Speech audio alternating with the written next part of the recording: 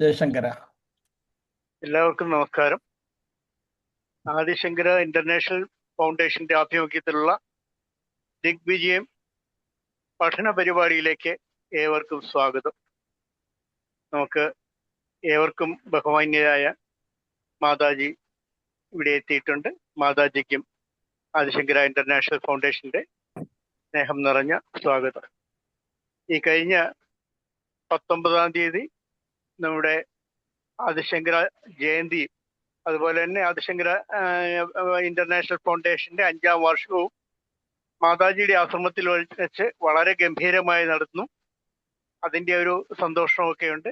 തീർച്ചയായിട്ടും അത് സംഘടിപ്പിച്ച് വിജയിപ്പിക്കാൻ സഹായിച്ച എല്ലാവർക്കും ഹൃദയത്തിന്റെ ഭാഷയിൽ ഒരിക്കൽ കൂടി നന്ദി പറഞ്ഞുകൊണ്ട് ഞാൻ ഇന്നത്തെ പ്രോഗ്രാമിലേക്ക് മാതാജിയെ സ്നേഹപുരസ്സരം സ്വാഗതം ചെയ്യുന്നു. ജയശങ്കര.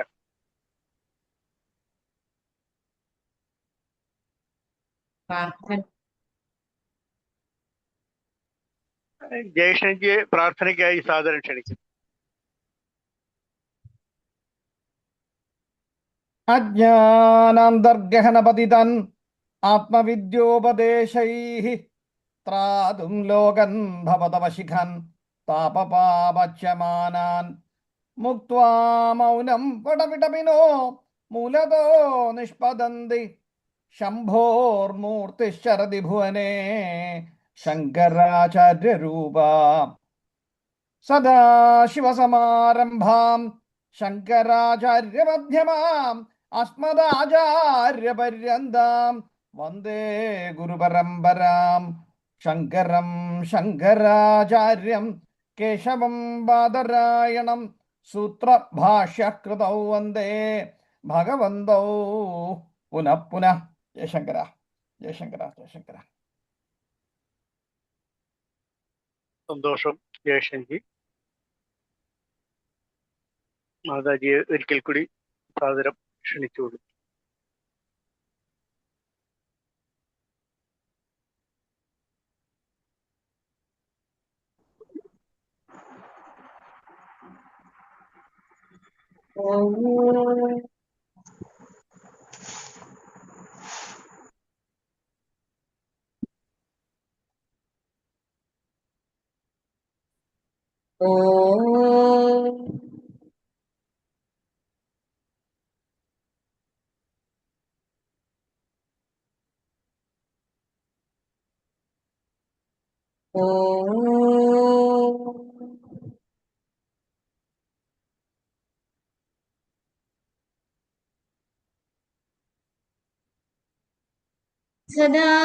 സദാശിവസമാരംഭാ ശങ്കരാചാര്യമധ്യമാ അസ്മദാചാര്യപര്യന്താ വന്ദേ ഗുരുപരമ്പരാ. ശ്രുതിസ്മൃതിപുരാണാനാം ആലയം കരുണാലയം നമാമി ഭഗവത്പാദം ശങ്കരം ലോകശങ്കരം.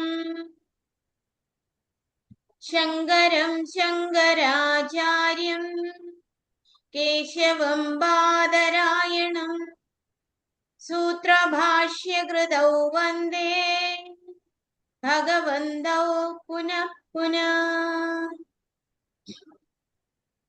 ഓം വേദസാരജ്ഞസമ്പൂർണം സാക്ഷാത് ബ്രഹ്മസ്വരൂപിണം ശാന്താനന്ദഗുരും വന്ദേ സന്തതം പരമേശ്വരം. ശാന്താനന്ദഗുരും വന്ദേ സന്തതം പരമേശ്വരം.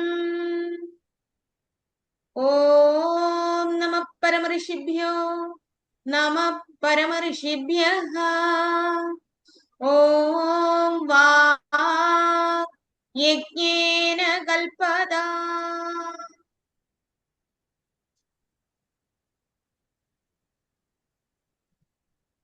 ആദി ശങ്കര ഭഗവത്പാദരാൽ വിരചിതമായ സാധനാ പഞ്ചകം എന്ന കൃതിയാണ് നാം ഇപ്പോൾ ശ്രവണം ചെയ്തുകൊണ്ടിരിക്കുന്നത്.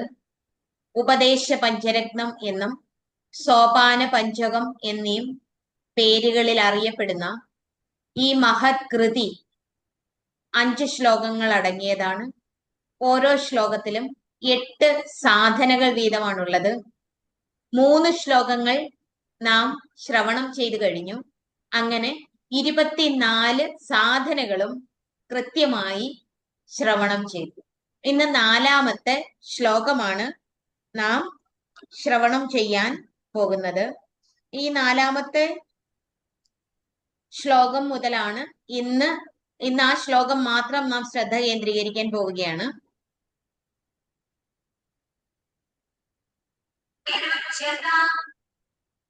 അതിന്റെ അർത്ഥം കഴിഞ്ഞ 3 ശ്ലോകങ്ങളും ഇന്ന് റിവൈസ് ചെയ്യുന്നില്ല. വരും ക്ലാസ്സിൽ 4 ശ്ലോകങ്ങൾ ഒരുമിച്ച് നമുക്ക് റിവൈസ് ചെയ്യാം. ആ സമയത്തേക്ക് ഈ 4 ശ്ലോകങ്ങളും എല്ലാവരും ഹൃദിസ്ഥമാക്കിയിരിക്കാം എന്ന് കൂടി പറഞ്ഞുകൊള്ളട്ടെ. ക്ഷുദ്വ്യാധിശ്ച ചികിത്സ്യതാം പ്രതിദിനം ഭിക്ഷൗഷധം ഭുജ്യതാം സ്വാദ്വന്വം നതു യാച്യതാം വിധിവശാത് പ്രാപ്തേന സന്തുഷ്യതാം ശീതോഷ്ണാദി വിഷഹ്യതാം നതു വൃഥാ വാക്യം സമുച്ചാര്യതാം ഔദാസീന്യമഭീപ്സ്യതാം ജനകൃപാ നൈഷ്ഠുര്യമുത്സൃജ്യതാം ക്ഷുദ്വ്യാധിശ്ച ചികിത്സ്യതാം പ്രതിദിനം ഭിക്ഷൗഷധം ഭുജ്യതാം സ്വാദ്വന്വം നതു യാച്യതാം വിധിവശാത് പ്രാപ്തേന സന്തുഷ്യതാം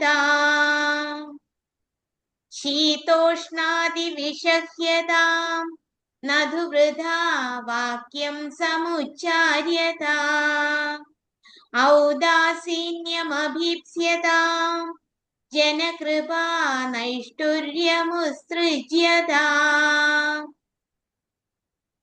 കഴിഞ്ഞ 3 ശ്ലോകങ്ങളിലും ആചാര്യ ഭഗവത്പാദർ സാധനയുടെ വിവിധ പടവുകളെ ബ്രഹ്മചര്യാശ്രമത്തിലൂടെ, ഗൃഹസ്ഥാശ്രമത്തിലൂടെ, വാനപ്രസ്ഥാശ്രമത്തിലൂടെ നാം ഏവരെയും സന്യാസാശ്രമത്തിന്റെ അനുഷ്ഠാന പദ്ധതികൾ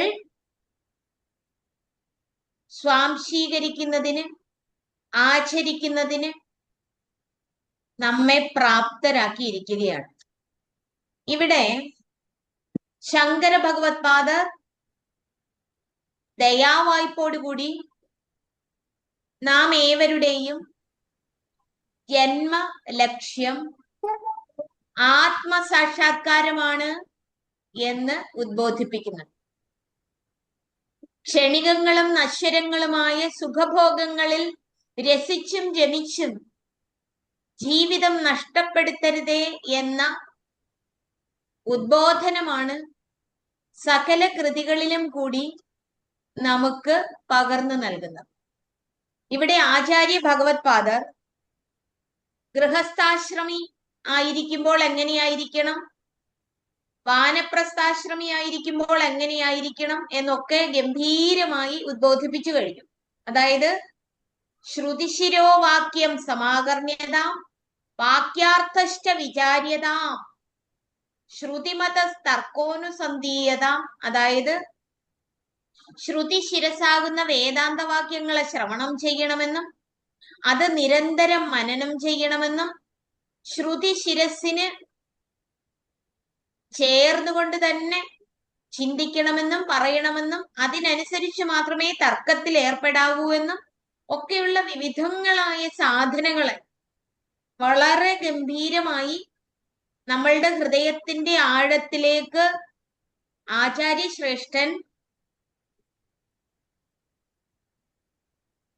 പറഞ്ഞു തന്നു, ഉപദേശിച്ചു തന്നു. ഇനിയും പറയുകയാണ്, ഗൃഹസ്ഥാശ്രമി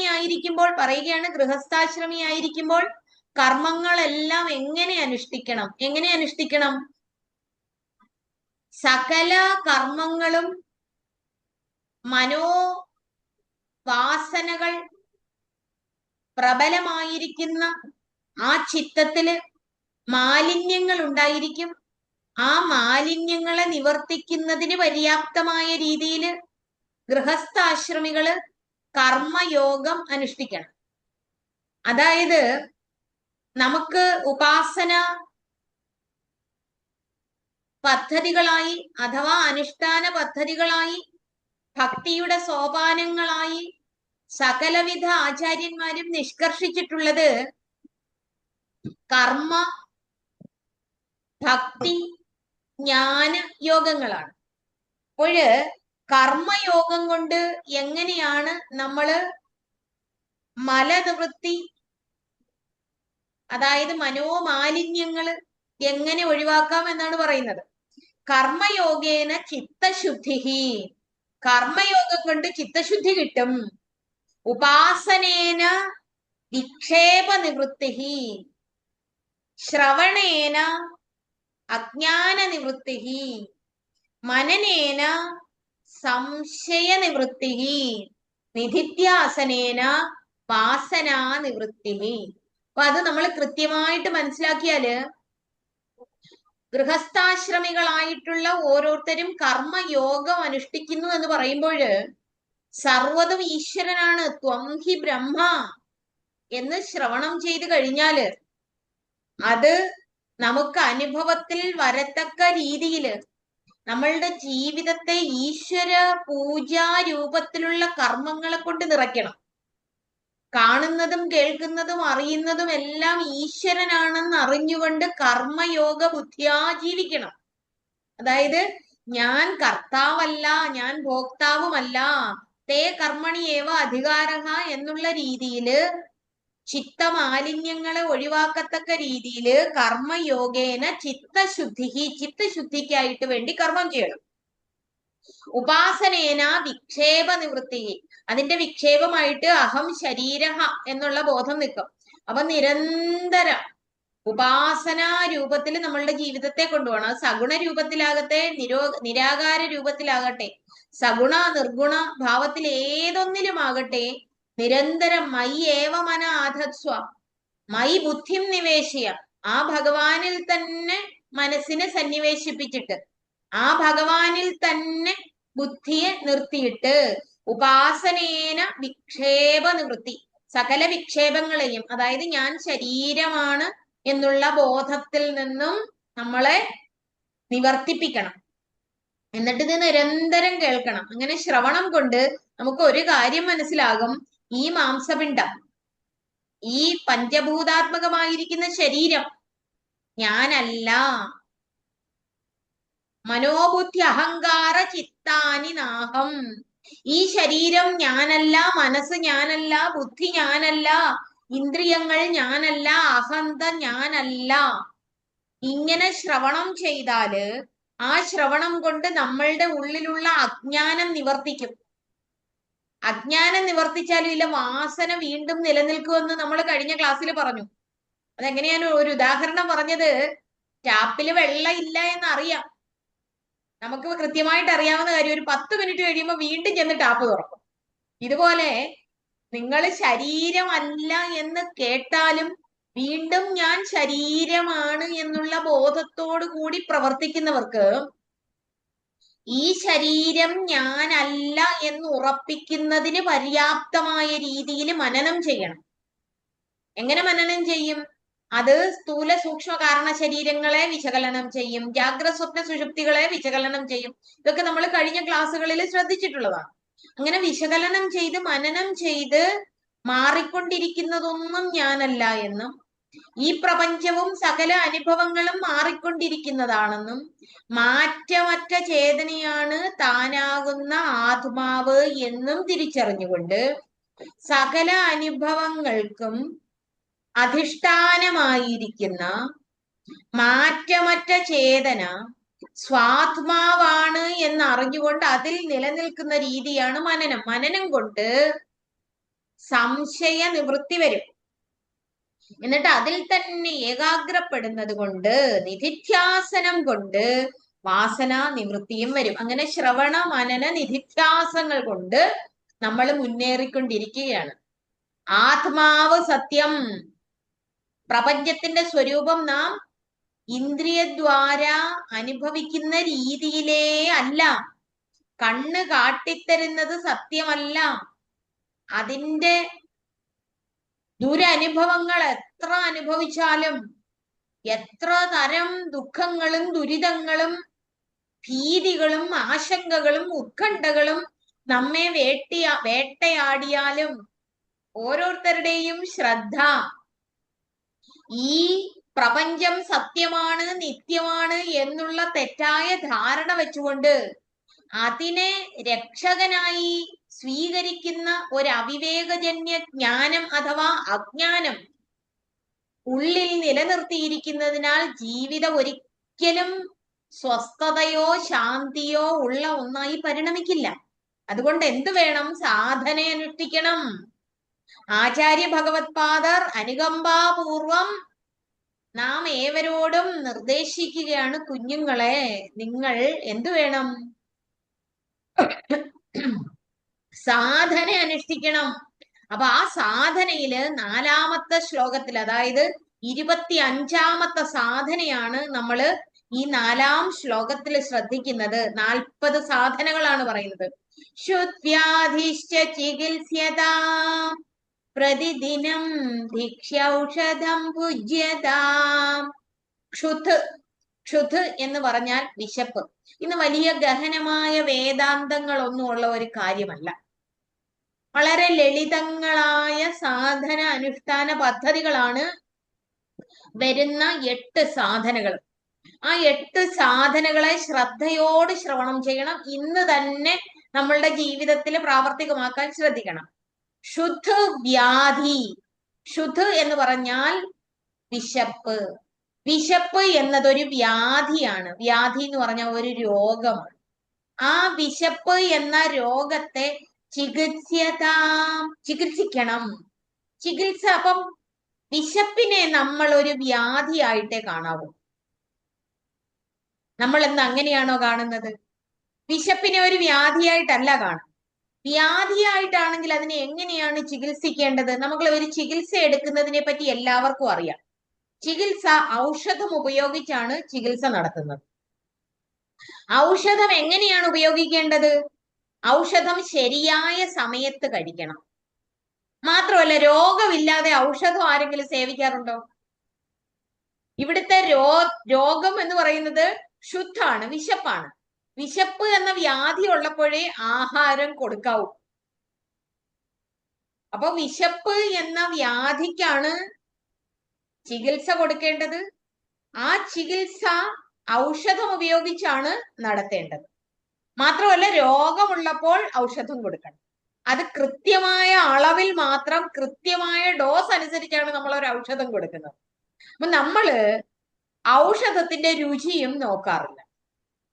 അപ്പോൾ ക്ഷുത് വ്യാധിശ്ച ചികിത്സ്യതാം എന്ന് പറയുമ്പോൾ വിശപ്പെന്ന വ്യാധിയെ രുചി നോക്കാതെ വിശപ്പുള്ളപ്പോൾ ശരിയായ സമയത്ത് ശരിയായ രീതിയിൽ ശരിയായ ഔഷധം കൃത്യമായ അളവില് കൊടുക്കുവാൻ നമുക്ക് കഴിയണം, ശ്രദ്ധയുണ്ടായിരിക്കണം എന്നാണ് ഇവിടെ ഭഗവത്പാദർ ഉദ്ബോധിപ്പിക്കുന്നത്. അതിനെ ഒരു വ്യാധിയായിട്ട് കാണണം. ഈ വ്യാധി എന്നുള്ള പദം എന്നെ സംബന്ധിച്ച് ഞാൻ ആദ്യമായിട്ട് കണ്ടത് ശുദ്ധ പിപാസാ വ്യാധികളെ ശമിപ്പിക്കുന്നതിന് വേണ്ടി എന്ന് നമ്മളുടെ ഹിമവത് വിഭൂതി എന്ന പേരോടുകൂടിയ പ്രശസ്തി ആർജിച്ച തപോവന സ്വാമികള് ഹിമഗിരി വിഹാരം എന്ന ഗ്രന്ഥത്തില് വളരെയധികം പ്രയോഗിച്ചിട്ടുണ്ട് ശുദ്ധ പിപാസാ വ്യാധി. ആ വ്യാധിയായിട്ട് തന്നെ ഇതിനെ കണ്ടിട്ട് നമ്മള് എങ്ങനെ ആഹാരം കഴിക്കണമെന്ന് ഗീതാകാരൻ വ്യാസമഹർഷി ശ്രീമദ് ഭഗവത്ഗീതയിൽ കൂടി നമ്മളോട് പറയുന്നുണ്ട്. യുക്താഹാര വിഹാരസ്യ യുക്ത ചേഷ്ടസു കർമ്മസു യുക്ത സ്വപ്നാവബോധസ്യ യോഗോ ഭവതി. അപ്പം യോഗം അനുഷ്ഠിക്കണമെങ്കിൽ എങ്ങനെയായിരിക്കണം? യുക്തമായ രീതിയിൽ ആഹാരവും വിഹാരവും ഉണ്ടായിരിക്കണം. അപ്പൊ ഇന്ന് എല്ലാവർക്കും ആഹാരം എപ്പോ കഴിക്കണമെന്ന് അറിയത്തില്ല.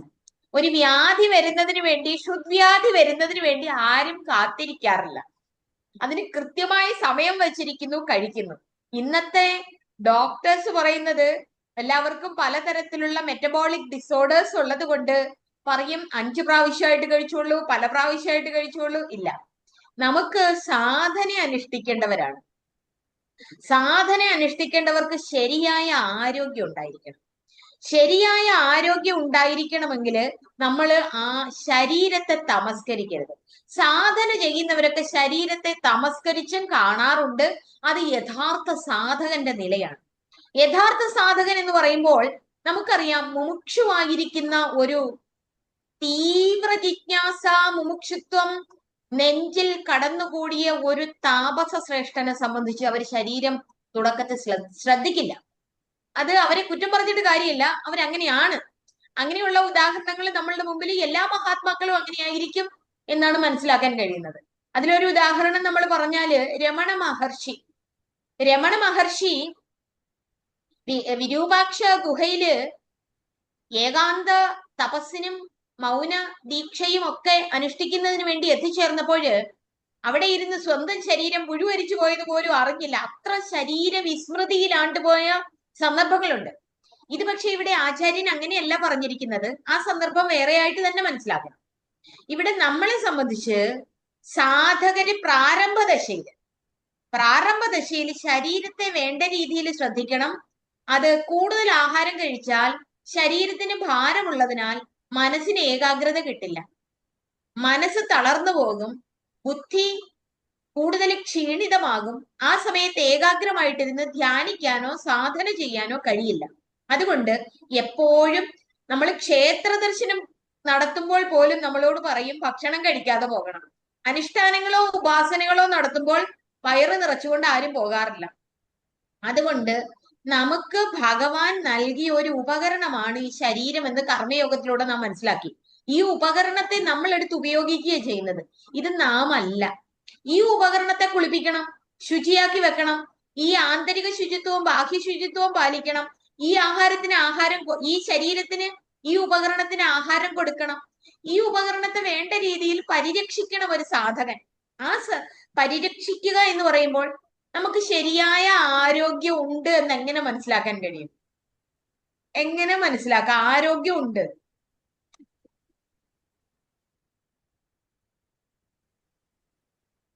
ശരിയായ ആരോഗ്യം ഉണ്ട് എന്ന് മനസ്സിലാക്കണമെങ്കിൽ ശരീരം ഉണ്ടെന്നുള്ള ബോധം ഇടയ്ക്കിടയ്ക്ക് വരാതിരുന്നാൽ മതി. അപ്പൊ ശരീരം ആരോഗ്യസ്ഥിതിയിലാണെന്ന് മനസ്സിലാകും. ശരീരം ഉണ്ട് എന്ന് നമുക്ക് തോന്നുന്നില്ല എങ്കിൽ നാം ആരോഗ്യസ്ഥിതിയിലാണ്. അതുപോലെ മനസ്സുണ്ട് എന്ന് തോന്നുന്നില്ല എങ്കിൽ മാനസിക ആരോഗ്യം ഉണ്ട്. അതായത് മനസ്സിന്റെ പ്രക്ഷുബ്ധതകള്, ഏറ്റക്കുറച്ചിലുകള്, സുഖദുഃഖങ്ങള്, ഭയാദികള് ഒക്കെ നമ്മെ വേട്ടയാടുന്നുണ്ടെങ്കിൽ മാനസികാരോഗ്യം ഇല്ല. ശരീരം ഉണ്ടെന്ന് തോന്നുന്നില്ല എങ്കിൽ ശാരീരിക ആരോഗ്യം ഉണ്ട്, അത് വ്യക്തമായി എന്ന് തോന്നുന്നു. അതുകൊണ്ട് നമ്മൾ ക്ഷുത് വ്യാധിശ്ച ചികിത്സ്യതാം, ക്ഷുത്തിനെ ഒരു വ്യാധി എന്നോണം കണ്ടുകൊണ്ട് വേണം അതിനെ ചികിത്സിക്കേണ്ടത്. അതായത് എപ്പോഴും അരവയർ ആഹാരം കഴിച്ചാൽ മതി. സാധാരണ ഈ ആഹാരം എടുക്കുന്നതിനെ പറ്റി പറയുന്നത് അരവയർ ആഹാരം, 1/4 വെള്ളം, 1/4 വായു സഞ്ചാരത്തിന് വേണ്ടി. ഇത് ശ്രദ്ധിച്ച് നമ്മൾ ഇനിയും പ്രാക്ടീസ് ചെയ്യാവുന്ന കാര്യമാണ്. സമയം അതിക്രമിച്ചു എന്നൊന്നും ആരും വിചാരിക്കണ്ട. അരവയർ ആഹാരം, 1/4 വെള്ളം, 1/4 വായു സഞ്ചാരത്തിന് വേണ്ടി ഒക്കെ ഈ ആഹാരം ചികിത്സാ രൂപത്തിൽ തന്നെ നമുക്ക് എടുക്കേണ്ടതായിട്ടുണ്ട്. അതായത് അത് ഔഷധമാണ്. ശരിയായ സമയത്ത്, കൃത്യമായ അളവില് അത് ഇത്ര രോഗമുള്ളപ്പോൾ മാത്രം എടുക്കാൻ കഴിഞ്ഞാൽ അങ്ങനെ നല്ലത്. അത് എടുക്കാൻ കഴിയുന്നവർക്ക് അവരവരുടെ ശാരീരിക സ്ഥിതി അനുസരിച്ച് നോക്കിക്കാണണം. ഇന്ന് പലതരത്തിലുള്ള രോഗങ്ങളാലും ബാധിതരായവരുണ്ട്. അതിനാൽ അതൊക്കെ കുറച്ചുകൂടി ശ്രദ്ധിക്കണം. എന്തായാലും ഇങ്ങനെയാണ് സാധന അനുഷ്ഠിക്കാൻ ശ്രേഷ്ഠമായ വിധിരീതി. അതായത് പണ്ട് കാലത്തൊക്കെ പറയും, അത് സാധാരണ രീതിയിൽ പറയും, 2 സമയം, ഒരു സമയം ഭക്ഷിക്കുന്നവൻ യോഗി, 2 സമയം ഭക്ഷിക്കുന്നവൻ ഭോഗി, അല്ലെ? 3 സമയം ഭക്ഷിക്കുന്നവൻ രോഗി, 4 സമയം ഭക്ഷിക്കുന്നവൻ ദ്രോഹി എന്നൊക്കെ പലതരത്തിലും പറഞ്ഞു കേൾക്കാറുണ്ട്. എന്തായാലും ഇത് ഭിക്ഷയെടുത്ത് ഔഷധ രൂപത്തില് അതിന് മാത്രമേ ഈ ക്ഷുദ്വ്യാധിയെ ചികിത്സിക്കാൻ പാടുള്ളൂ എന്നാണ് പറഞ്ഞത്. ക്ഷുദ്വ്യാധിശ്ച ചികിത്സ്യതാം. പിന്നെയോ ഭിക്ഷൌഷധം ഭുജ്യതാം പ്രതിദിനം. എല്ലാ ദിവസവും ഭിക്ഷയാകുന്ന ഔഷധത്തെയാണ് ഇവിടെ സന്യാസിയുടെ ചേഷ്ടകളാണ് പറഞ്ഞിരിക്കുന്നത്. സന്യാസി അത് ഭിക്ഷ എടുത്താണ് പണ്ട് കാലത്ത് സന്യാസ വൃത്തി നടത്തിയിരുന്നത്. ഇക്കാലത്ത് സന്യാസ ദീക്ഷ എടുക്കുന്ന സന്ദർഭത്തിൽ മാത്രം ഭിക്ഷ എടുക്കാനായിട്ട് കുറച്ച് ഗൃഹങ്ങളിൽ പോകും. പിന്നെ ആ ആചാരം ഇന്നത്തെ കാലഘട്ടത്തിന്റെ ഒരു അനിവാര്യതയാണോ എന്തോ എന്നറിയില്ല. എന്തായാലും ഇന്ന് ആ തരത്തിലുള്ള ഭിക്ഷാരീതി നിലനിൽക്കുന്നില്ല. പക്ഷെ പണ്ട് കാലങ്ങളിൽ തീർച്ചയായിട്ടും 5 ഗൃഹങ്ങളിൽ മാത്രമേ ഭിക്ഷ എടുക്കാൻ പാടുള്ളൂ ഒരു ദിവസം എന്നുണ്ട്. നമ്മൾ ഭിക്ഷ എടുക്കാൻ പോകുമ്പോൾ ഒരു വീട്ടിൽ തന്നെ പോകരുത് ദിവസവും എന്നും നിയമമുണ്ട്. 5 ഗൃഹങ്ങളിൽ നിന്ന് മാത്രം ഭിക്ഷ എടുക്കണം.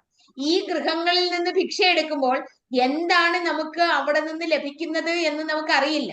നമ്മളുടെ പ്രീതിയോ അപ്രീതിയോ ഒന്നും അതിനകത്ത് നോക്കാൻ പറ്റില്ല.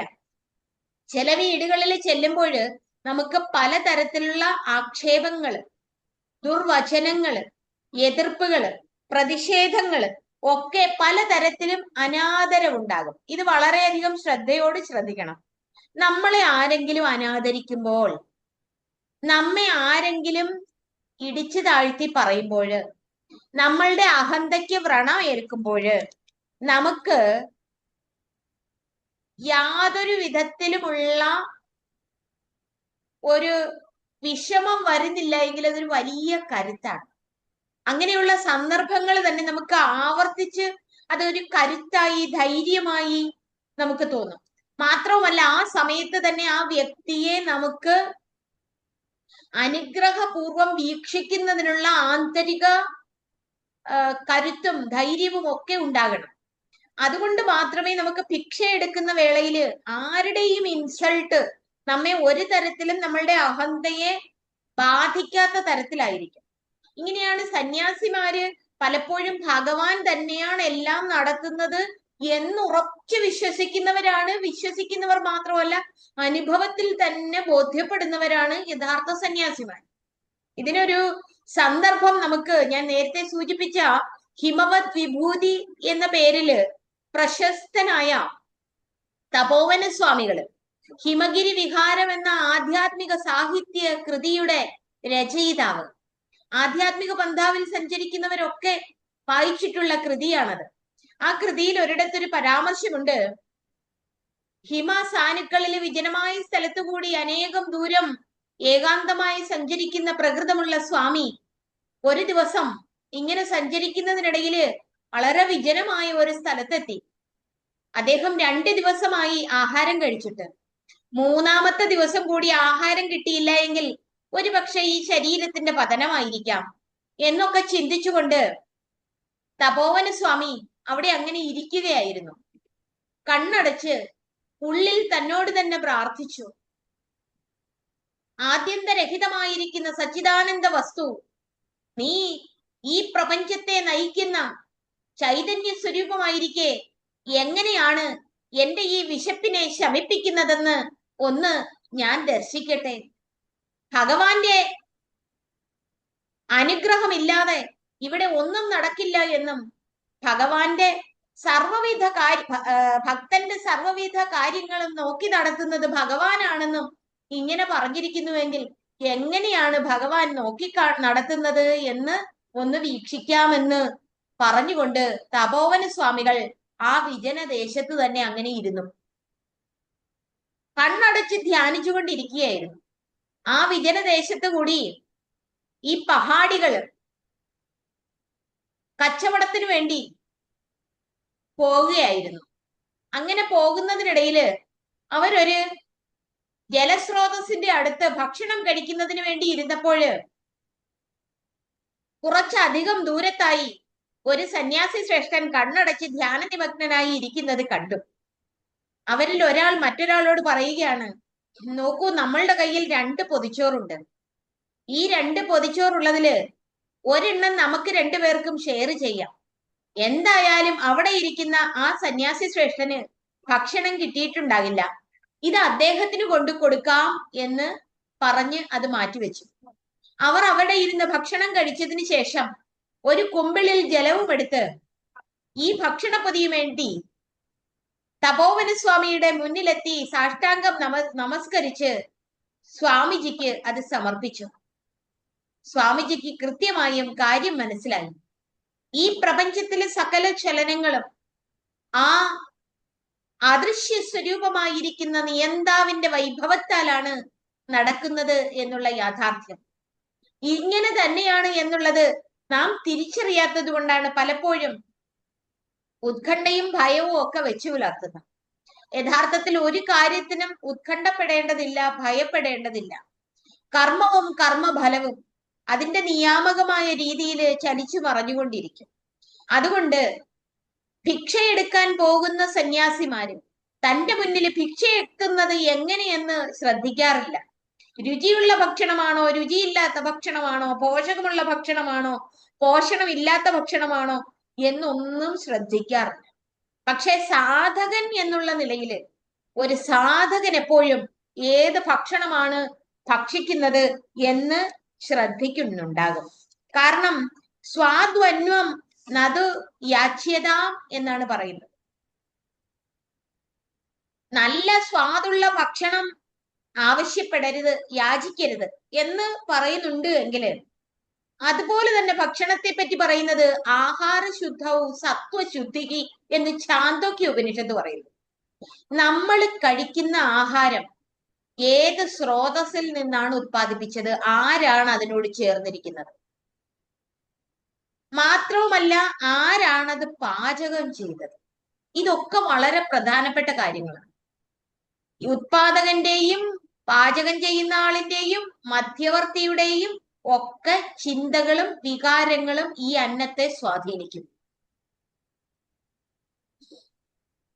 എല്ലാവരുടെയും കയ്യിൽ നിന്ന് എല്ലാ സന്യാസിമാരും വാങ്ങിക്കഴിക്കില്ല, എല്ലാ സാധകരും വാങ്ങിക്കഴിക്കില്ല. ഇതൊരു യാഥാർത്ഥ്യമാണ്. അത് കഴിക്കാൻ ഒരു പക്ഷെ അവർക്ക് തോന്നില്ല എന്ന് പറയുന്നതായിരിക്കും ഒരു ആന്തരിക പ്രേരണാ രഹസ്യം.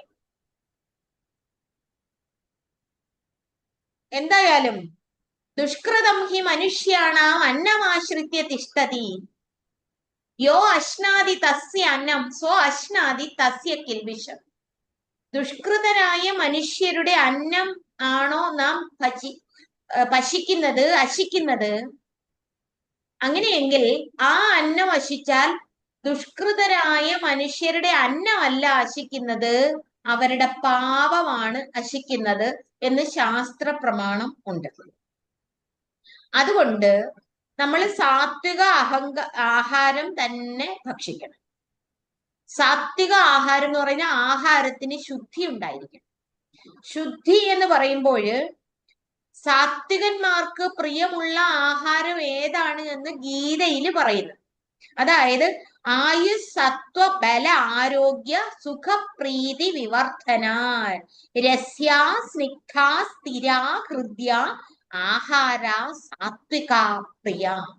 സാത്വികന്മാർക്ക് ഏത് തരത്തിലുള്ള ആഹാരമാണ് ഇഷ്ടം, രാജസന്മാർക്ക് ഏത് തരത്തിലുള്ള ആഹാരമാണ് ഇഷ്ടം, തമോ ഗുണികള് ഏത് തരത്തിലുള്ള ആഹാരമാണ് കഴിക്കുന്നത് എന്ന് ഗീതാകാരൻ പറഞ്ഞിട്ടുണ്ട്. നമ്മള് ആധ്യാത്മിക പന്ഥാവിൽ സഞ്ചരിക്കുന്നവര് സാത്വികരായിരിക്കണം. സാത്വികരായിട്ടുള്ളവര് സാത്വിക ആഹാരം തന്നെ ഭക്ഷിക്കണം. ആയുസ്സിനും ബലത്തിനും ആരോഗ്യത്തിനും ചേരുന്ന തരത്തിലുള്ള ആഹാരം കഴിക്കണം. അത് പലതരത്തിൽ അതിന്റെ വിശദീകരണമുണ്ട്. പക്ഷെ അത് എപ്പോഴും ശ്രദ്ധിക്കണം. എരി, പുളി, ഉപ്പ്, കഡു, അമ്ല, ലവണ, അത്യുഷ്ട, തീഷ്ണ, രൂക്ഷ, വിദാഹിന ഇതൊക്കെ ഉള്ള ചേർന്ന കടുത്ത ഉപ്പ്, കടുത്ത എരി, കടുത്ത പുളി അതൊന്നും സാത്വികർക്ക് അത്ര പ്രിയപ്പെടുന്നതാകില്ല.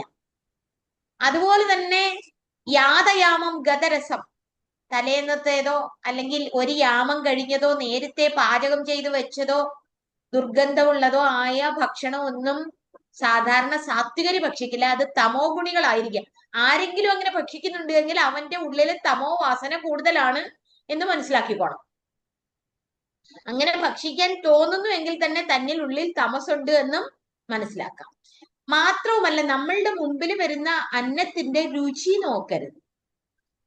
ഏത് ഭക്ഷണം വരുന്നുവോ ആ ഭക്ഷണത്തെ അതേ രീതിയിൽ നമ്മൾ അശിക്കുക എന്നുള്ളതാണ് നമുക്ക് കരണീയമായിട്ടുള്ളത്. നമുക്ക് ഭിക്ഷ എടുക്കാൻ പോകുമ്പോൾ എവിടെ നിന്നും എന്താണോ ലഭിക്കുന്നത് ആ ഭിക്ഷ ഔഷധമായി കണ്ട് ഭഗവാന്റെ പ്രസാദമായി കണ്ട് നമ്മൾ ഭക്ഷിക്കാം. ഇത് സന്യാസിമാരെ സംബന്ധിച്ചാണ് പറയുന്നത്.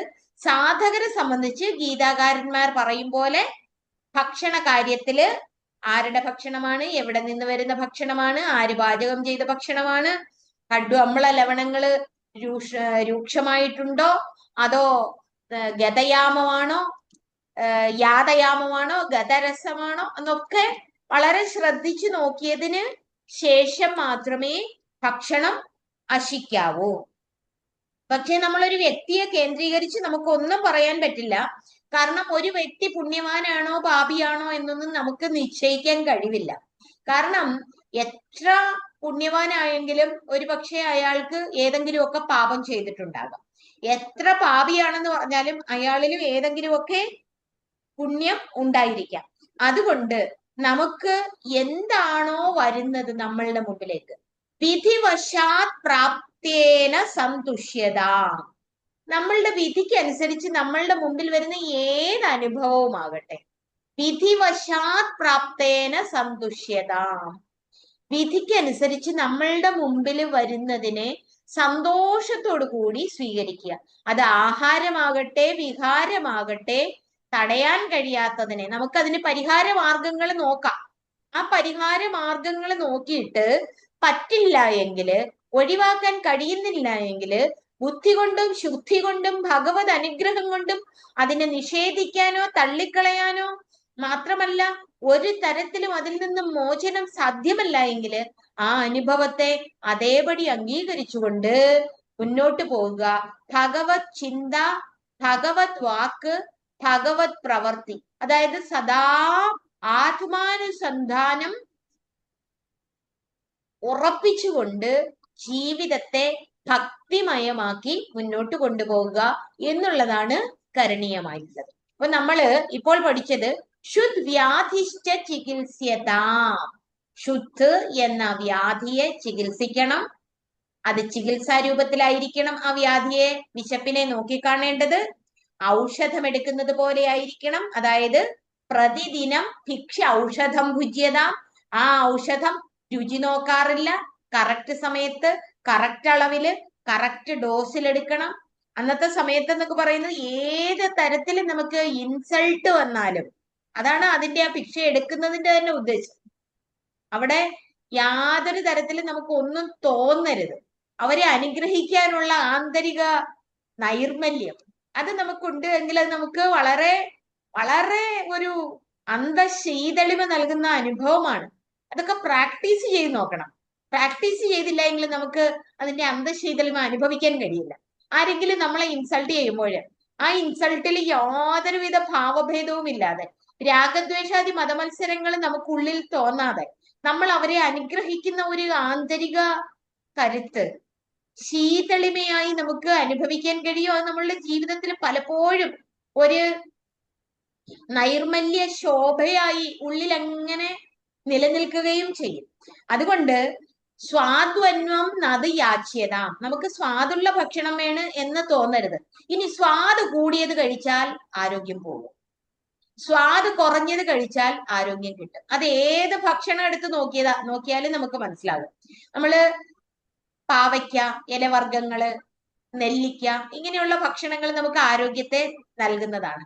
അതേസമയം നിരന്തരം മധുര പലഹാരങ്ങള്, അതായത് പഞ്ചസാര അടങ്ങിയ മധുരം പദാർത്ഥങ്ങൾ കഴിച്ചാൽ അത് അനാരോഗ്യത്തെ ഉണ്ടാക്കും. അതെപ്പോഴും നമ്മൾ മനസ്സിലാക്കാം. കൂടുതൽ സ്വാദുണ്ടെന്ന് തോന്നും, അത് അനാരോഗ്യത്തെ നൽകും. എന്നാൽ സ്വാദില്ലെന്ന് തോന്നുന്നത് ആരോഗ്യത്തെ നൽകുന്നത് ആയിരിക്കും. അത് എപ്പോഴും ആരോഗ്യത്തിന് ഉചിതമായ രീതിയിൽ വേണം നാം നിലനിർത്തേണ്ടത്. ശരീരം ഉണ്ടെന്ന് തോന്നുന്നില്ല എങ്കിൽ ശാരീരികാരോഗ്യമുണ്ട്, മനസ്സുണ്ട് എന്ന് തോന്നുന്നില്ല എങ്കിൽ മാനസിക ആരോഗ്യം. അതുകൊണ്ട് നമ്മൾ ഒരു കാര്യം മനസ്സിലാക്കണം, വിധിവശാത് പ്രാപ്തേന സന്തുഷ്യത. വരുന്ന ആഹാരമാകട്ടെ നീഹാരമാകട്ടെ സകല അനുഭവങ്ങളെയും ഒരനുഭവത്തെയും മാറ്റിമറിക്കാൻ നമ്മളുടെ ബുദ്ധിശക്തിക്കും ഭഗവത് അനുഗ്രഹത്തിനും കഴിയുന്നില്ല എങ്കിൽ സദാ ആത്മാനുസന്ധാന രീതിയിൽ കർമ്മയോഗ രൂപേണ ജീവിതത്തെ മുന്നോട്ട് കൊണ്ടുപോകണം. പിന്നെ അഞ്ചാമത്തേത് ഈ ശ്ലോകത്തിൽ ശീതോഷ്ണാദിവിഷഹ്യതാം. സകല ദ്വന്ദ്വങ്ങളെയും നമ്മൾ അംഗീകരിക്കണം. അത് തണുപ്പ് ചൂട്. നമ്മൾ കംഫർട്ട് സോണിലായാലും നമുക്ക് സാധന ശരിയാകില്ല എന്നൊരു സത്യം മനസ്സിലാവും. അതേസമയം ശരീരത്തിന് ഇത് സകലതും സഹിക്കുന്നതിനുള്ള ബലമുണ്ട് എങ്കിൽ നമ്മൾ സാധന ചെയ്യുന്നതിന് കൂടുതൽ ശ്രദ്ധയുള്ളവരായിരിക്കും. അതേസമയം കൂടുതൽ സുഖസുവിധകളിൽ അമർന്നു പോയാൽ നമുക്ക് ഒരിക്കലും അങ്ങനെ പറ്റില്ല. അതുകൊണ്ട് ആദികൾ എന്ന് പറഞ്ഞാൽ സകല ദുഃഖം, സുഖം വരട്ടെ ദുഃഖം വരട്ടെ, ജയം വരട്ടെ പരാജയം വരട്ടെ, മാനം വരട്ടെ അപമാനം വരട്ടെ, ഇതിലൊക്കെ നമ്മള് തിദിക്ഷ പാലിക്കണം. കാരണം എന്തുകൊണ്ട്? ആഗമാപായിനോ അനിത്യാഹ താം തിദിക്ഷസ്വ ഭാരത. അത് വന്നും പോയി വിളിക്കുന്നതാണ്, അത് മനസ്സിൻ്റെതാണ്, അത് ക്ഷണികമാണ്. നമ്മൾ താത്കാലികമായിട്ട് നമ്മളെ ആരെങ്കിലും ഒന്ന് പ്രൈസ് ചെയ്താൽ ആരെങ്കിലും ഒന്ന് നിന്ദിച്ചാൽ ഈ രണ്ട് സമയത്തും നമ്മളുടെ മനസ്സിന്റെ നിലയെ നമ്മൾ വീക്ഷിക്കുന്നവരായി മാറണം. കാരണം ഇതൊന്നും നമുക്ക് ശാശ്വതമല്ല.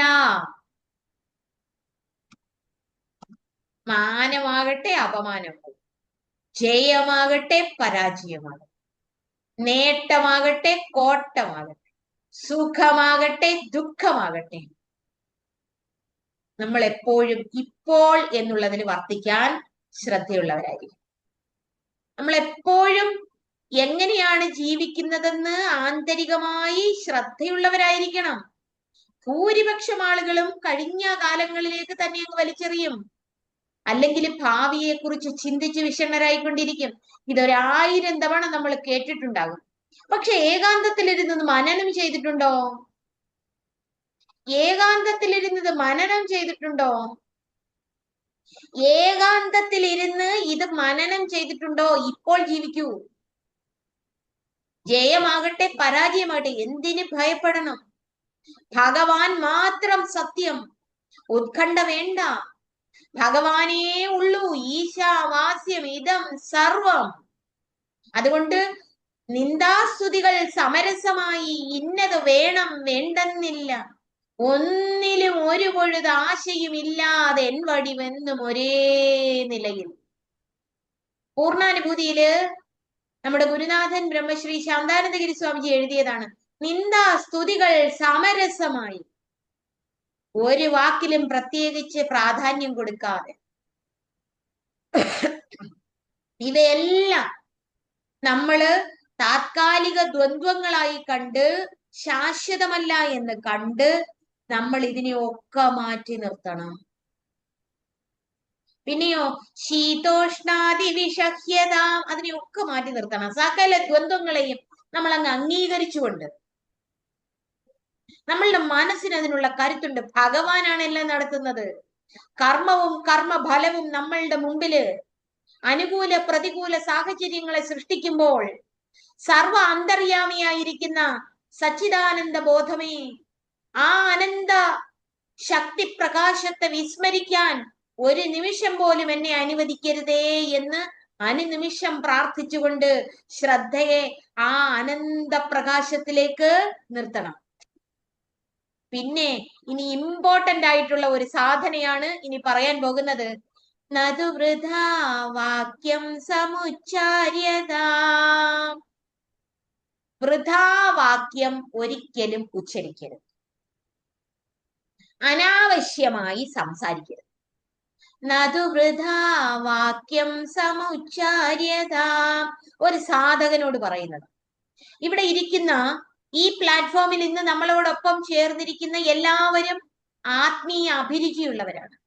ശങ്കര ഭഗവത്പാദരുടെ പാത പിന്തുടരുന്നവരാണ്. ശങ്കര ഭഗവത്പാദരെ ഗുരുവായി ഹൃദയ ചൈതന്യമായി കണ്ടുകൊണ്ട് സാഷ്ടാംഗം നമ്മെ തന്നെ സമർപ്പിച്ചുകൊണ്ട് പ്രണമിക്കുന്നവരാണ്. അങ്ങനെ പ്രണമിക്കുന്നവരായ നാം ഓരോരുത്തരും എങ്ങനെ ജീവിക്കണമെന്ന് ആചാര്യ ഭഗവത് പാദർ നമ്മളുടെ ഹൃദയത്തിലേക്ക് ഇട്ടുതരുന്ന ആ മൗനോപദേശത്തെ, വാചാലമായ അർത്ഥത്തിന്റെ ഒരു ഗഹനത ഉൾക്കൊള്ളുന്നതായി നാം മനസ്സിലാക്കണം. നതു വൃഥാ വാക്യം സമുച്ചാര്യത. വൃഥാ വാക്യം ഉച്ചരിക്കരുത്. നമ്മള് എന്ത് പറഞ്ഞാലും എന്തിനാണ് പറയുന്നത്, ആർക്കു വേണ്ടിയാണ് പറയുന്നത്, പറയുന്നത് കൊണ്ട് തനിക്ക് പ്രയോജനമുണ്ടോ, കേൾക്കുന്നത് കൊണ്ട് മറ്റുള്ളവർക്ക് പ്രയോജനമുണ്ടോ, ഇതൊക്കെ ചിന്തിച്ചിട്ട് വേണം. സോക്രട്ടീസിന്റെ ശിഷ്യനായിരുന്ന പ്ലേറ്റോ വളരെ പ്രശസ്തനായിക്കൊണ്ടിരുന്ന കാലത്ത് പ്ലേറ്റോയെ കുറിച്ച് എന്തൊക്കെയോ കുറ്റം പറയുന്നതിന് വേണ്ടി സോക്രട്ടീസിന്റെ അടുത്ത് ഒരുപറ്റം ആളുകൾ എത്തി. എന്നിട്ട് സോക്രട്ടീസിന്റെ അടുത്ത് പറഞ്ഞു, അങ്ങയോട് ഒരു കാര്യം ഉണർത്തിക്കാനാണ് വന്നത്. അപ്പോൾ ചോദിച്ചു, എന്ത് കാര്യം പറയാനാണ് വന്നത്? അത് പ്ലേറ്റോയെ കുറിച്ച് കുറച്ച് കാര്യങ്ങൾ പറയാൻ ഉണ്ട്. അതെയോ? അപ്പോൾ സോക്രട്ടീസ് പറഞ്ഞു, ഞാൻ പറയുന്ന 3 ചോദ്യങ്ങൾ, ആ 3 ചോദ്യങ്ങൾക്കും നിങ്ങൾ ഉത്തരം നൽകണം. ഉത്തരം നൽകിയിട്ട് നമുക്ക് അതിനെക്കുറിച്ച് പറയാം. ഉടനെ വന്നവർ അത് സമ്മതിച്ചു. അവരോട് സോക്രട്ടീസ് ചോദിച്ചു, നിങ്ങൾ പറയുന്നത് സത്യമാണെന്ന് നിങ്ങൾക്ക് ഉറപ്പുണ്ടോ? അവരാകെ പരിങ്ങലിലായി. നിങ്ങൾ പറയുന്നത് സത്യമാണെന്ന് നിങ്ങൾക്ക് ഉറപ്പുണ്ടോ? വന്നവർ പറഞ്ഞു, അത്ര ഉറപ്പില്ല. ഓഹോ, ഉറപ്പില്ല അല്ലേ? സത്യമാണെന്ന് ഉറപ്പില്ല അല്ലേ? ഇല്ല. രണ്ടാമത്തെ ചോദ്യം, നിങ്ങൾ പറയുന്നത് കൊണ്ട് നിങ്ങൾക്ക് എന്തെങ്കിലും പ്രയോജനമുണ്ടോ? അവർ വീണ്ടും പരിങ്ങലിലായി. പറയുന്നത് കൊണ്ട് ഞങ്ങൾക്ക് പ്രത്യേകിച്ച് പ്രയോജനമൊന്നുമില്ല. ഉടനെ മൂന്നാമത്തെ ചോദ്യം ചോദിച്ചു, അത് ഞാൻ കേൾക്കുന്നത് കൊണ്ട് എനിക്ക് വല്ല പ്രയോജനവും ഉണ്ടോ? ഉടനെ അവർ പറഞ്ഞു, ഇല്ല, അങ്ങേക്ക് വലിയ പ്രയോജനമൊന്നുമില്ല. ഉടനെ സോക്രട്ടീസ് ആവർത്തിച്ചു, പറയാൻ പോകുന്നത് സത്യമാണോ എന്ന് നിങ്ങൾക്കറിയില്ല, പറയുന്നത് കൊണ്ട് നിങ്ങൾക്ക് പ്രയോജനമില്ല, കേൾക്കുന്നത് കൊണ്ട് എനിക്കും പ്രയോജനമില്ല. അങ്ങനെ ഒരു കാര്യം നിങ്ങൾ പറയേണ്ടതുണ്ടോ? വന്നവർ അതേപടി തിരിച്ചുപോയി. ഇത് നമ്മളുടെ ജീവിതത്തിൽ അനുനിമിഷം നാം അഭ്യസിക്കാൻ തുടങ്ങിയാൽ നമ്മളുടെ ജീവിതം വളരെ പ്രകാശാത്മകമായി ഭവിക്കും. നാം അനുനിമിഷം എന്തൊക്കെയാണ് ചിന്തിച്ചുകൊണ്ടിരിക്കുന്നത്, പറഞ്ഞുകൊണ്ടിരിക്കുന്നത്, പ്രവർത്തിച്ചുകൊണ്ടിരിക്കുന്നത് എന്ന് ശ്രദ്ധയുള്ളവരായിരിക്കണം. ഇവിടെ സത്യം ബ്രൂയാത് പ്രിയം ബ്രൂയാത് ന ബ്രൂയാത് സത്യം അപ്രിയം. എത്ര ഗംഭീരമായിട്ട് നമ്മളുടെ പൂർവ്വ പിതാമഹന്മാർ നമ്മെ ഉദ്ബോധിപ്പിച്ചിട്ടുണ്ട്. സത്യം ബ്രൂയാത് പ്രിയം ബ്രൂയാത്. സത്യമായത് പറയണം, പ്രിയമായത് പറയണം. ന ബ്രൂയാത് സത്യം അപ്രിയം. അല്ലേ? ഇങ്ങനെ പറഞ്ഞിട്ട് ഉണ്ടായിരിക്കെ വ്യാസ മഹർഷി പറഞ്ഞിട്ടുണ്ട്, വാത്സല്യാത് ശ്രോത്ര സുഖാഗിര. വാക്കുകള് വാത്സല്യം നിറഞ്ഞു തുളുമ്പുന്ന, കേൾക്കാൻ ഇമ്പമുള്ള വാക്കുകൾ പ്രയോഗിക്കണം എന്നാണ്. അങ്ങനെയൊക്കെ വാക്കുകളെ പ്രയോഗിക്കണം എന്ന് പറയുമ്പോൾ വാക്കുകളെ നമുക്ക് ആചാര്യ ഭഗവത് പാദർ പറഞ്ഞിരിക്കുന്നത് കൊണ്ട് അത് കുറച്ചുകൂടി ആഴത്തിൽ ശ്രദ്ധിക്കേണ്ടതുണ്ട്. നതു വൃഥാ വാക്യം സമുച്ചാര്യത. നമ്മളുടെ വാക്ക് വൈഖരിയാകുന്നതിന് മുമ്പ് അത് മധ്യമയായി നമ്മളുടെ ഹൃദയത്തിൽ വിചാര രൂപത്തിൽ നിലനിൽക്കുന്നുണ്ട്. അത് വാക്കാണ്. കേൾക്കുന്ന സ്ഥൂലമായ വാക്കുകളുടെ സൂക്ഷ്മ രൂപം വിചാരമായിട്ടുമുണ്ട്. അപ്പൊ ആ വിചാരം എങ്ങനെയുള്ളതാണ് എന്ന് നമ്മൾ ശ്രദ്ധിക്കണം. അതായത് പ്രാണികൾക്ക് ദുഃഖത്തെ ഉണ്ടാക്കുന്നതൊന്നും പറയരുത്. അത് ഇന്നത്തെ കാലത്ത് പ്രയാസമാണല്ലോ മാതാജി. നമ്മളുടെ പറയുന്നതിന്റെ ഇന്റൻഷനാണ് അതിനകത്ത് പ്രസക്തമായിട്ടുള്ളത്. ഏത് തരത്തിൽ, എങ്ങനെ, എന്തിനു വേണ്ടി, ആരോട് സംസാരിക്കുന്നു, ഏത് തരത്തില്, എന്തിനു വേണ്ടി, ആരോട്, എങ്ങനെ സംസാരിക്കുന്നു. അതിന്റെ പ്രയോജനത്തെ പറ്റി ചിന്തിച്ചിരിക്കണം. യഥാർത്ഥത്തില് നമ്മളുടെ വാക്കുകള് എപ്പോഴും ഹൃദ്യമായിരുന്നാൽ നന്നായിരിക്കും. അത് മാത്രവുമല്ല, എല്ലാവരുടെയും ശ്രദ്ധയ്ക്കായി മറ്റൊരു കാര്യം കൂടി പറയാം. വൃഥാവാക്യമാണോ നാം പറയുന്നത്, പ്രയോജനപ്പെടുന്ന വാക്യങ്ങളാണോ നാം പറയുന്നത് എന്ന് ശ്രദ്ധിച്ചാൽ നമ്മെക്കുറിച്ച് പഠിക്കുന്നതിന് ഒരു സന്ദർഭമായിരിക്കും. നമ്മളുടെ ആകുലതകള്, വ്യാധികള്, വിഷമതകള്, കുണ്ഠിതങ്ങള്, പരിഭവങ്ങള്, പരാതികള് മറ്റുള്ളവരെ വിളിച്ചിരുത്തി പറയുന്ന ഒരു ശീലം നമുക്കുണ്ട് എങ്കിൽ നമ്മൾ ആശ്വാസം തേടുന്നത് മറ്റുള്ളവരിലാണ്. ആണോ അല്ലയോ? നമ്മൾ മറ്റുള്ളവരെ വിളിച്ചിരുത്തി അവരോട് നമ്മളെ പരാതികളും പരിഭവങ്ങളും ജീവിത പ്രശ്നങ്ങളും നിരന്തരം പറയുന്നുണ്ട് എങ്കിൽ നാം ആശ്വാസം കണ്ടെത്തുന്നത് മറ്റുള്ളവരിലാണ്. മറ്റുള്ളവരിൽ ആശ്വാസം കണ്ടെത്തുന്നവൻ ആത്മീയ സാധകനാണോ? മറ്റുള്ളവർക്ക് എന്തെങ്കിലും നമ്മളിലേക്ക് തരാൻ പറ്റുമോ? അവരിൽ നിന്ന് ആശ്വാസം നമ്മിലേക്ക് വരുന്നുണ്ടോ? നമ്മുടെ മനസ്സിന്റെ താത്കാലികമായ ഒരു ക്ഷണിക ശ്രദ്ധയും ചിന്തയുമല്ലേ ആശ്വാസം കിട്ടുന്നു എന്നുള്ളത്? യഥാർത്ഥത്തിൽ കിട്ടുന്നുണ്ടോ? കൂടുതൽ ദുരിതത്തിലേക്ക് നയിക്കുന്ന ആവർത്തനങ്ങളായ ചിന്തകളല്ലേ അവിടെ നടക്കുന്നത്? ആ ചിന്തകൾ കൊണ്ട് ഒരു സബ്ലിമേഷൻ നടന്നു എന്ന് വിചാരിക്കുന്നത് യഥാർത്ഥത്തിൽ ഒരു പരിധിവരെ തെറ്റാണ്. സത്യദർശികളായ ഗുരുക്കന്മാർ സർവ്വതും ആ അചിന്ത്യവും അദൃശ്യവും സർവത്ര പൂർണ്ണവുമായിരിക്കുന്ന ചേതനയിലേക്ക് സമർപ്പിച്ചിട്ട് വെറുതെ ഇരിക്കാനാണ് പറഞ്ഞിട്ടുള്ളത്. ആ ഈശ്വര ചേതനയെ നാം കാണുന്നുണ്ടോ? ഈശ്വരനാണ് സർവ അഭയ സ്വരൂപൻ എന്ന് നാം ശ്രദ്ധിക്കുന്നുണ്ടോ? ഇല്ല. അതുകൊണ്ട് ആശ്വാസം മറ്റുള്ളവരിൽ കണ്ടെത്തുന്ന രീതി വൃഥാവാക്യ രീതിയാണ്, ജൽപ്പനമാണ്, പ്രയോജനശൂന്യമായ ഒരു കർമ്മമായിട്ട് അതിനെ തിരിച്ചറിയും. പിന്നെ വൃഥാവാക്യം നമ്മൾ എപ്പോഴൊക്കെ നടത്തുന്നു എന്ന് നമ്മൾ ശ്രദ്ധിച്ചാൽ മതി. അത് ശ്രദ്ധിച്ചാൽ നമുക്ക് മനസ്സിലാകും. നമ്മൾ നാഷണൽ ഇന്റർനാഷണൽ മാറ്റേഴ്സ് ഇങ്ങനെ ഇരുന്ന് ചർച്ച ചെയ്യും, ആരെ കിട്ടിയാലും ചർച്ച ചെയ്യും.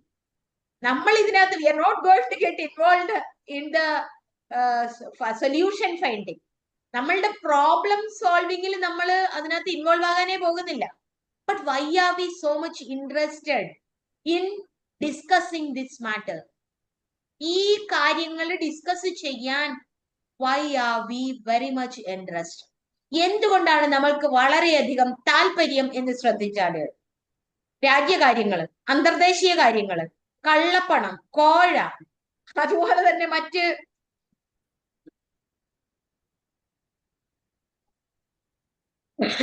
ക്രിക്കറ്റ്, സിനിമ, ഇവയെ കുറിച്ചൊക്കെ ചർച്ച ചെയ്യുമ്പോൾ നമ്മളുടേതായ വ്യക്തിപരമായ പ്രശ്നങ്ങളിൽ നിന്ന് മോചനം നേടിക്കൊണ്ട് മറ്റുള്ളവരുടെ പ്രശ്നങ്ങളെയും കാര്യങ്ങളെയും ശ്രദ്ധിച്ചുകൊണ്ട് താത്കാലിക ആശ്വാസം കണ്ടെത്തുന്നതിനുള്ള ഒരു വിക്ഷേപണ പ്രക്രിയ നടത്തിക്കൊണ്ടിരിക്കുകയാണ്. ഊർജനഷ്ടം നടത്തിക്കൊണ്ടിരിക്കുകയാണ്. മാനസിക ശക്തിയുടെ ശോഷണം സംഭവിക്കുകയാണ്. പ്രയോജനശൂന്യമായി വാസനയെ വർദ്ധിപ്പിക്കുകയാണ്. ശ്രദ്ധിച്ചോ? ഏതെങ്കിലും പത്രം വായിക്കുന്നതുകൊണ്ട് ദൈവത്തെക്കുറിച്ച് നിങ്ങൾക്ക് അറിയാൻ കഴിയുമോ? ഏതെങ്കിലും സോഷ്യൽ മീഡിയ ഇങ്ങനെ സ്ക്രോൾ ചെയ്തിരിക്കുന്നത് കൊണ്ട് എന്തെങ്കിലും പ്രയോജനമുണ്ടോ? നതുവൃഥാ വാക്യം സവിച്ചാര്യതാം എന്ന് പറഞ്ഞാല് എത്രമാത്രം ഊർജവും നമ്മളുടെ ആത്മീയ ചൈതന്യവുമാണ് ഈ സോഷ്യൽ മീഡിയ അപഹരിച്ചുകൊണ്ടിരിക്കുന്നതെന്ന് ഇന്നത്തെ തലമുറയും ആരും തിരിച്ചറിയുന്നില്ല. ഇതൊന്ന് മാറ്റിവെച്ചുകൊണ്ട് 1 മണിക്കൂർ ഇരിക്കാനുള്ള കരുത്ത് നഷ്ടപ്പെട്ടു പോയി. നമ്മളുടെ ബുദ്ധിക്ക് വന്നു ഭവിച്ച ഒരു പ്രതികൂലമായ ആന്തരിക സ്ഥിതിയെ പോലും തിരിച്ചറിയുന്നില്ല. ഞാൻ കാണുന്നത് നല്ലതാണ്, ഞാൻ ചെയ്യുന്നത് നല്ലതാണ് എന്നൊക്കെ സ്വയം തന്നെ അങ്ങ് വളരെ ആശ്വസിപ്പിക്കുകയാണ് അവിടെയും ചെയ്യുന്നത്. പത്രമാകട്ടെ, സോഷ്യൽ മീഡിയ ആകട്ടെ, റീൽസ് ആകട്ടെ, ഇതൊന്നും തനിക്ക് യാതൊരു തരത്തിലും പ്രയോജനം ചെയ്യുന്നില്ല. അപ്പൊ രണ്ടാമത്തെ കാര്യം, വൃഥാവാക്യം സോഷ്യൽ മീഡിയ വഴി, ചിന്തകൾ വഴി 24 മണിക്കൂർ ഉണ്ടെങ്കിൽ ഉറങ്ങുന്ന സമയത്തും ഇത് തന്നെ ഇതിന്റെ ആവർത്തനം നടത്തിക്കൊണ്ടിരിക്കുക. അപ്പൊ നമ്മൾ ആലോചിച്ച് നോക്കൂ, നമ്മളുടെ ജീവിതത്തിൽ വൃഥാവാക്യം എത്രമാത്രം ഉച്ചരിച്ചു കൊണ്ടിരിക്കുകയാണ്. ആത്മധ്യാനം നടക്കുന്നുണ്ടോ?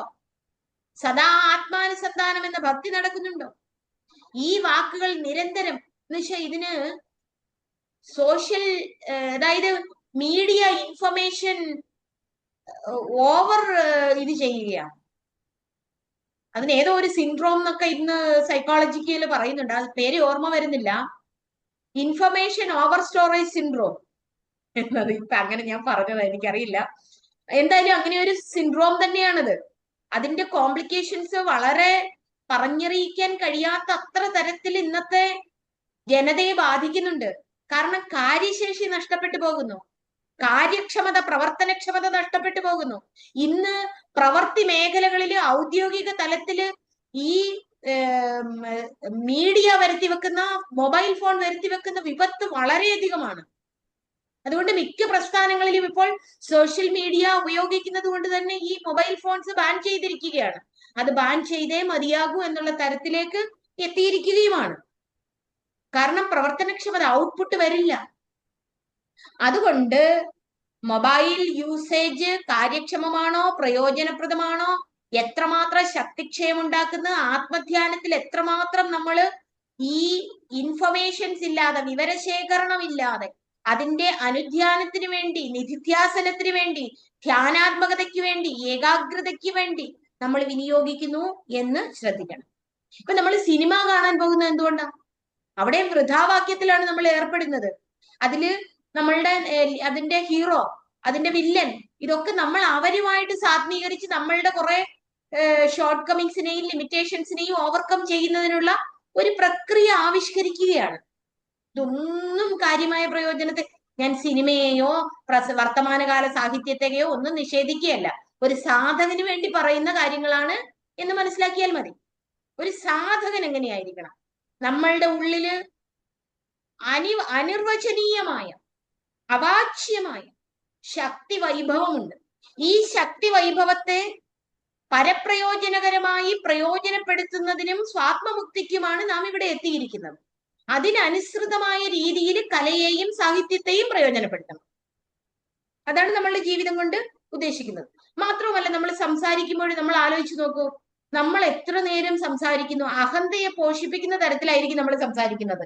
അതായത് പൊങ്ങച്ചം പറയുന്ന ഒരു രീതി, തന്നെ കുറിച്ച് തന്നെ ഏറെ നേരം അങ്ങനെ പറയുന്ന ഒരു രീതി ഉണ്ടെങ്കിൽ നമ്മളുടെ അഹന്തയെ നമ്മൾ പോഷിപ്പിച്ചുകൊണ്ടിരിക്കുക.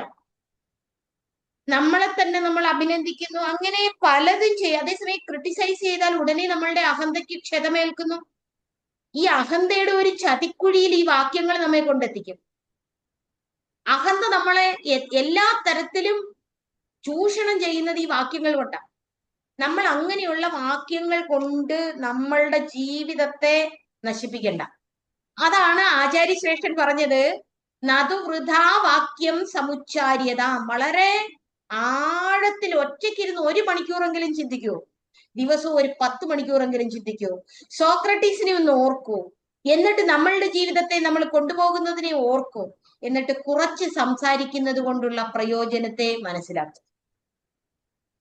അതുകൊണ്ടാണ് വാക് വിഷയസ്യ ഏവ മനസ്സ സംയമോ മൗനം. ഈ അതായത് വാക് വിഷയങ്ങളില് മനസ്സ് സമ്യക്കായി യമനം ചെയ്തിരിക്കുന്നു. ആ വാക് സംയമമാണ് മൗനം. അതുകൊണ്ടാണ് മോക്ഷസ്യ പ്രഥമം ദ്വാരം വാക് നിരോധോ അപരിഗ്രഹ എന്ന് പറയും. വാക് നിരോധം ആവശ്യമാണ്. അതുകൊണ്ടാ നതുവൃഥാ വാക്യം സമുച്ചാര്യതാം എന്ന് ആചാര്യശ്രേഷ്ഠൻ പറഞ്ഞത്. അതുകൊണ്ട് ഇപ്പൊ നമുക്ക് അൺലിമിറ്റഡ് ടോക്ക് ടൈം അല്ലേ, അൺലിമിറ്റഡ് ടോക്ക് ടൈമാ നമുക്ക് മൊബൈൽ ഈ സ്പോൺസേഴ്സ്, അതിന്റെ ഉടമസ്ഥര് തന്നിരിക്കുന്നത്.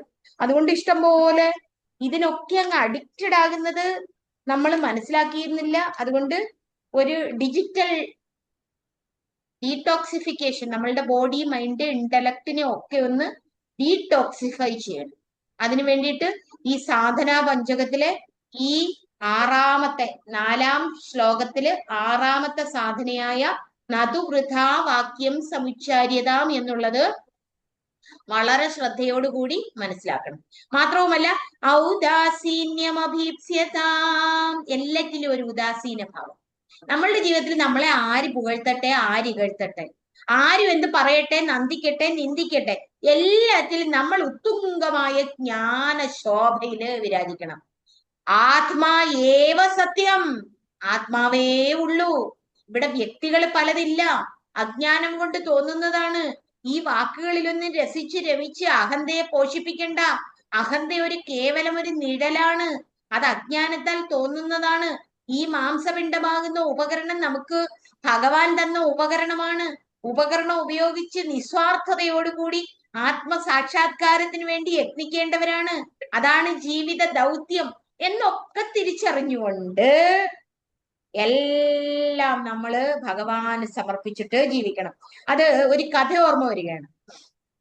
സമുദ്ര തീരത്ത് ഒരു കൊച്ചുകുട്ടി കളിച്ചുകൊണ്ടിരുന്നപ്പോൾ അതിന്റെ ഒരു ചെരുപ്പ് കടൽ വന്ന് എടുത്തുകൊണ്ട് പോയി. അപ്പോൾ ആ കൊച്ചുകുട്ടി കടൽ തീരത്ത് എഴുതി വെച്ചു, ഹേ സമുദ്രമേ, നീ ഒരു കള്ളനാണ്. ഉടനെ തന്നെ 3-4 മുക്കുവന്മാർ വല നിറയെ മത്സ്യവുമായി കരയിലേക്ക് എത്തി. എന്നിട്ട് അവരെഴുതി വെച്ചു, ഹേ കടലമ്മേ, നീ അന്നദാതാവാണ്, പ്രണാമം.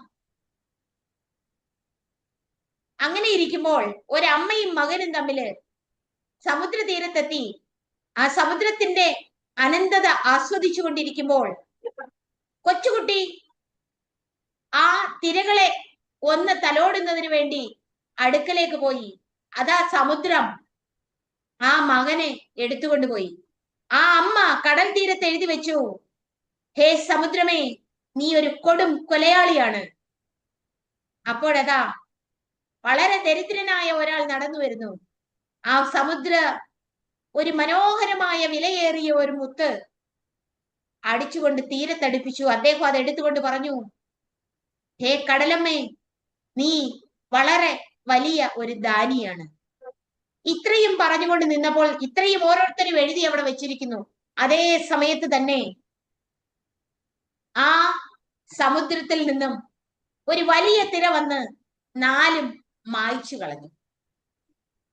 സമുദ്രത്തില് ഈ 4 അഭിപ്രായങ്ങളും ഒരു തരത്തിലും ബാധിക്കാതെ പ്രശാന്തവും പ്രക്ഷുബ്ധവും ഗാംഭീര്യവും നിറഞ്ഞ സഹജ സ്വഭാവത്തെ സമുദ്രമായി തന്നെ നിലനിർത്തിക്കൊണ്ട് അതതിന്റെ കർത്തവ്യ ബോധം നിറവേറ്റിക്കൊണ്ടിരുന്നു.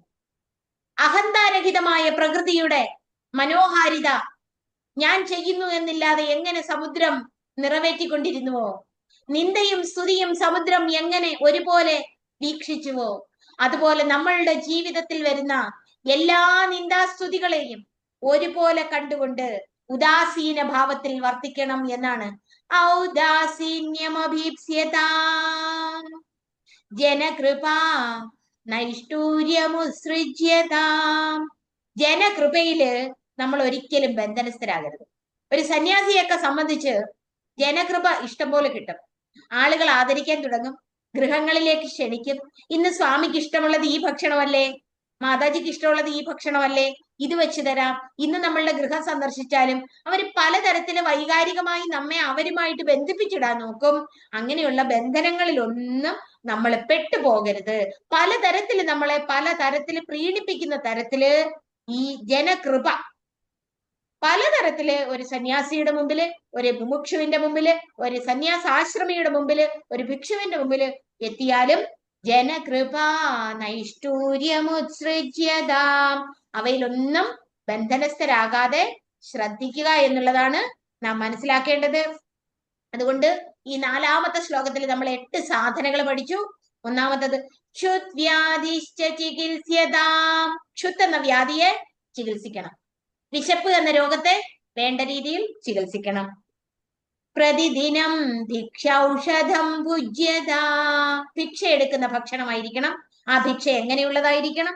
അത് ഏത് ഇൻസൾട്ട് വന്നാലും ഏത് നിന്ദ വന്നാലും രുചി നോക്കാതെ അതേ രീതിയിൽ കിട്ടുന്നതിനെ ഭക്ഷിക്കണം. അത് സ്വാദ്വന്വം നതു യാച്യതാം വിധിവശാത് പ്രാപ്തേന സന്തുഷ്യതാം ശീതോഷ്ണാദി വിഷഹ്യതാം, വിധിവശാല് കിട്ടുന്നതിനെ അതുപോലെ ഭക്ഷിക്കണം. സ്വാദ്വന്യത്തെ ഒരിക്കലും യാചിക്കരുത്. ശീതോഷ്ണാദി വിഷഹ്യത. ഏത് ദ്വന്ദ്വങ്ങൾ വന്നാലും, ജീവിതത്തില് ഏതെല്ലാം തരത്തിൽ വന്നാലും തിതിക്ഷ പാലിക്കാൻ. ലാഭം വന്നാലും നഷ്ടം വന്നാലും സുഖം വന്നാലും ദുഃഖം വന്നാലും ഇപ്പോഴുള്ള ദൈവചേതനയിൽ നിന്നുകൊണ്ട് തിതിക്ഷയോടുകൂടി ആഗമാ അപായിനോ അനിത്യാകാത്താം തിതിക്ഷസ്വ ഭാരത എന്നുള്ള രീതിയിൽ ശീതോഷ്ണാദി വിഷഹ്യതാം നതു വൃഥാ വാക്യം സമുച്ചാര്യതാം. വൃഥാവാക്യം ഉച്ചരിക്കുന്നത് നിർത്തലാക്കുക. ഔദാസീന്യം അഭീത്യതാം. ഉദാസീന ഭാവം കൈക്കൊള്ളുക. ജനകൃപ നൈഷ്ഠുര്യം ഉത്സൃജ്യതാം. എന്തായാലും ഈ 4 ശ്ലോകങ്ങൾ വളരെ ആത്മാർത്ഥതയോടും നമ്മളുടെ ജീവിതത്തെ കൂടുതൽ തേജസ്സുറ്റതാക്കി തീർക്കുന്നതിന്, നമ്മളുടെ ജീവിതത്തില് വളരെയധികം പരിവർത്തനമുണ്ടാക്കി ആത്മീയ തൃപ്തി കൈവരിക്കുന്നതിന് വേണ്ടി, പ്രയോജനപ്രദമായ ഒരു ജീവിതം നയിക്കുന്നതിന് വേണ്ടി നമുക്ക് ഈ സാധനകളെ ജീവിതത്തിന്റെ ഭാഗമാക്കി തീർക്കാം. എല്ലാവരും ശ്രദ്ധയോടുകൂടി ഭക്തിയോടുകൂടി അനുപമമായ ദയാവൃഷ്ടി ചൊരിയുന്ന ആചാര്യ ഭഗവത് പാദരുടെ പാതാരവിന്ദങ്ങളെ പ്രണമിക്കാം. ആ വാക്കുകളെ നെഞ്ചേറ്റാം. നിരന്തരം ആത്മീയ ശോഭ ഹൃദയത്തിൽ നിറച്ചുകൊണ്ട്, അഹന്തയെ അകറ്റിക്കൊണ്ട്, ജ്ഞാനവചസ്സുകളെ മനനം ചെയ്തുകൊണ്ട്, നിധിധ്യാസനത്തിന്റെ ബന്ധാവിൽ കൂടി ധ്യാനത്തിൽ ആഴത്തിൽ മുങ്ങാം. അതേവർക്കും പ്രയോജനപ്പെടട്ടെ എന്ന് പ്രാർത്ഥിച്ചുകൊണ്ട് ഇത്രയും നേരം സംവദിച്ചുകൊണ്ടിരുന്ന ഈ വാക്കുകൾ അദ്വയ സത്യസ്വരൂപമായിരിക്കുന്ന ശ്രീ ശങ്കര ഭഗവത് പാദരുടെ പാതാരവിന്ദങ്ങളിൽ പൂജാ മലരുകളായി അർപ്പിച്ചുകൊണ്ട്, അഭിന്ന സ്വരൂപമായിരിക്കുന്ന എന്റെ ഗുരുനാഥൻ ബ്രഹ്മശ്രീ ശാന്താനന്ദഗിരി സ്വാമിജിയുടെ തൃച്ചേവടികളിൽ പൂജാ മലരുകളായി അർപ്പിച്ചുകൊണ്ട് എല്ലാവർക്കും ഈ സാധനാ പന്ഥാവിൽ നിന്നും കരുത്താർജിക്കാൻ കാരുണ്യ രൂപനായിരിക്കുന്ന ഗുരു അനുഗ്രഹമരുളട്ടെ എന്ന് പ്രാർത്ഥിച്ചുകൊണ്ട് ഓം വാക്യജ്ഞേന കൽപ്പതാ.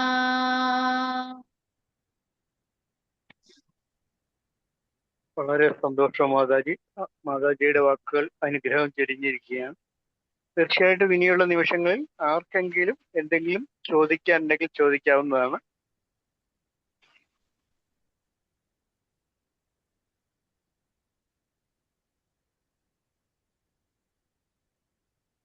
ചോദ്യങ്ങളൊന്നും ഇന്ന് മനസ്സിൽ തോന്നുന്നില്ല.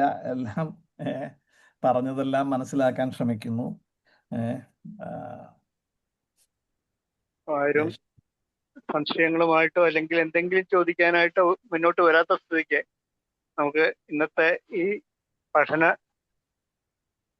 പരിപാടി ഇവിടെ അവസാനിപ്പിക്കാം. തീർച്ചയായിട്ടും ഇതുപോലുള്ള ക്ലാസ്സുകൾ തന്നെയാണ് നമ്മളെ എന്നും ഏകാഗ്രതയോടെ മനസ്സ് ശുദ്ധമായി അനുഗ്രഹത്തോടെ തന്നെ മുന്നോട്ട് നയിക്കാൻ സഹായിക്കുന്നത്. ഇന്ന് ഇവിടെ പങ്കെടുത്ത എല്ലാവർക്കും ആദിശങ്കര ഇന്റർനാഷണൽ ഫൗണ്ടേഷന്റെ ഹൃദയംഗമായ നന്ദി രേഖപ്പെടുത്തുന്നു. ജയ് ശങ്കര. ജയ് ശങ്കര. ജയ് ശങ്കര. ജയ് ശങ്കര. ജയ് ശങ്കര. ജയ് ശങ്കര. ജയ് ശങ്കര.